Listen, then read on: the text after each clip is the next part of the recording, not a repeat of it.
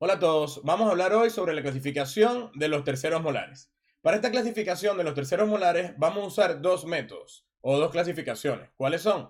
La clasificación de Winter y la de Pell y Gregory. Vamos a escribir cada una de ellas de forma simple, de forma práctica, para que lo entiendan y no se les olvide más nunca.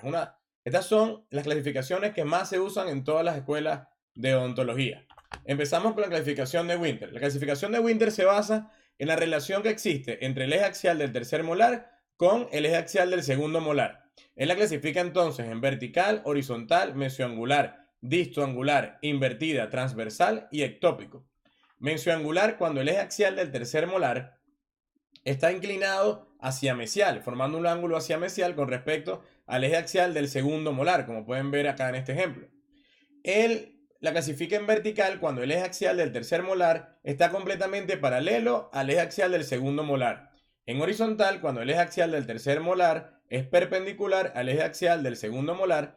Y distoangular cuando el eje axial del tercer molar está inclinado hacia distal con respecto al eje axial del segundo molar. Invertida cuando la corona de este tercer molar está en una posición completamente invertida en relación con la corona del segundo molar, es decir, está en sentido opuesto.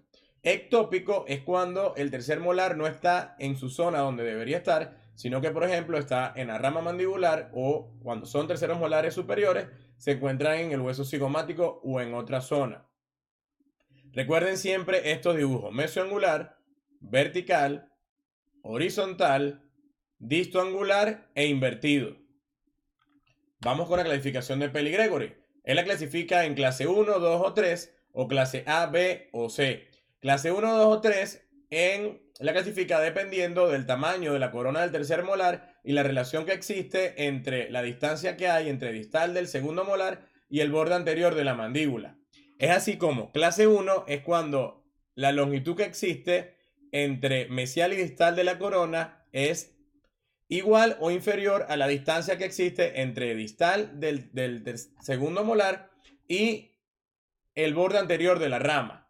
Clase 2, cuando esa longitud mesiodistal de la corona es inferior a la distancia que hay entre distal del segundo molar y el borde anterior de la rama. Y clase 3, cuando es mucho más inferior. Para que sea más fácil, clase 1, cuando el tercer molar cabe o tiene espacio suficiente para entrar entre distal del segundo molar y el borde anterior de la rama. Clase 2, cuando medio cabe. Cuando este tercer molar no cabe completamente, pero sí cabe un poco entre distal del segundo molar y el borde anterior de la rama. Y clase 3, cuando está completamente dentro de la rama. No cabe ninguna porción del tercer molar en esta zona posterior al segundo molar. Clase A, B o C, dependiendo de la altura que tenga ese tercer molar. Clase A, cuando el punto más alto del tercer molar es igual o superior a la línea oclusal.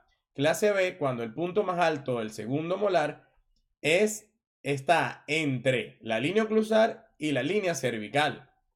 Y clase C, cuando el punto más alto del tercer molar es inferior a la línea cervical. Repetimos, clase A, el punto más alto del tercer molar está igual a la línea oclusal o superior a esta. Clase B está entre la línea oclusal y el límite cervical, la línea cervical del segundo molar. Y clase C, cuando es inferior a esa línea cervical, siempre tomando en cuenta el segundo molar. Vamos a un ejemplo. Aquí observamos una panorámica o una ortopantomografía, depende cómo se llame, según el sitio donde ustedes estén. Y observamos entonces este tercer molar, ¿en qué posición está? Como podemos ver, está en una posición transversal. En cambio, este que está acá, como vemos que el eje axial es completamente paralelo al eje axial del segundo molar, decimos que está en una posición vertical. Pero este molar inferior, vemos que su eje axial está perpendicular al eje axial del segundo molar. Entonces ustedes pueden saber que está en una posición horizontal. Además de esto, podemos decir que es clase 2 porque el diámetro o la distancia mesiodistal de la corona del tercer molar es inferior a la distancia que hay entre distal del segundo molar y el borde anterior de la mandíbula. Es decir, este tercer molar, si lo colocamos de forma recta o paralelo al segundo molar, podría caber aquí un poco, pero no totalmente. Y está en posición B porque el punto más alto del tercer molar, que es este que está acá, está entre la línea oclusal y la línea cervical.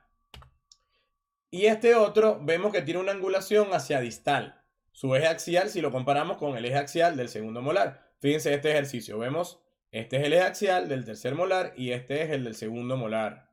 Entonces da una posición distoangular. ¿Por qué es clase 2 y por qué es A? Es muy fácil. Clase 2 entonces tenemos que el tamaño de la corona o la longitud mesiodistal de la misma es inferior a la distancia que hay entre distal del segundo molar y el borde anterior de la rama. Y clase A porque su punto más alto está igual que la línea oclusal. Eso es todo. Es muy fácil esta clasificación, muy fácil de saberla, muy fácil de recordarla. Vamos a hacer un repaso muy rápido para que no se les olvide. Acuérdense, Winter, posición mesioangular, vertical, distoangular, invertida, transversal o ectópica. Recuerden, Winter va con posición del eje axial. Peli Gregory, clase 1, 2 o 3, dependiendo del tamaño de la corona del tercer molar y la distancia que hay entre distal del segundo molar y el borde anterior de la rama. Clase A, B o C, dependiendo la altura o profundidad de ese tercer molar. Punto más alto del tercer molar comparado con línea oclusal y línea cervical del segundo molar. Muchísimas gracias por su atención y espero traerles muchos más videos para seguirles enseñando estos tips de cuestiones básicas, pero que les van a ser de mucha ayuda. Si no me sigues en mi Instagram, puedes empezar a hacerlo, es Tips Cirucal. Nos vemos en el próximo video.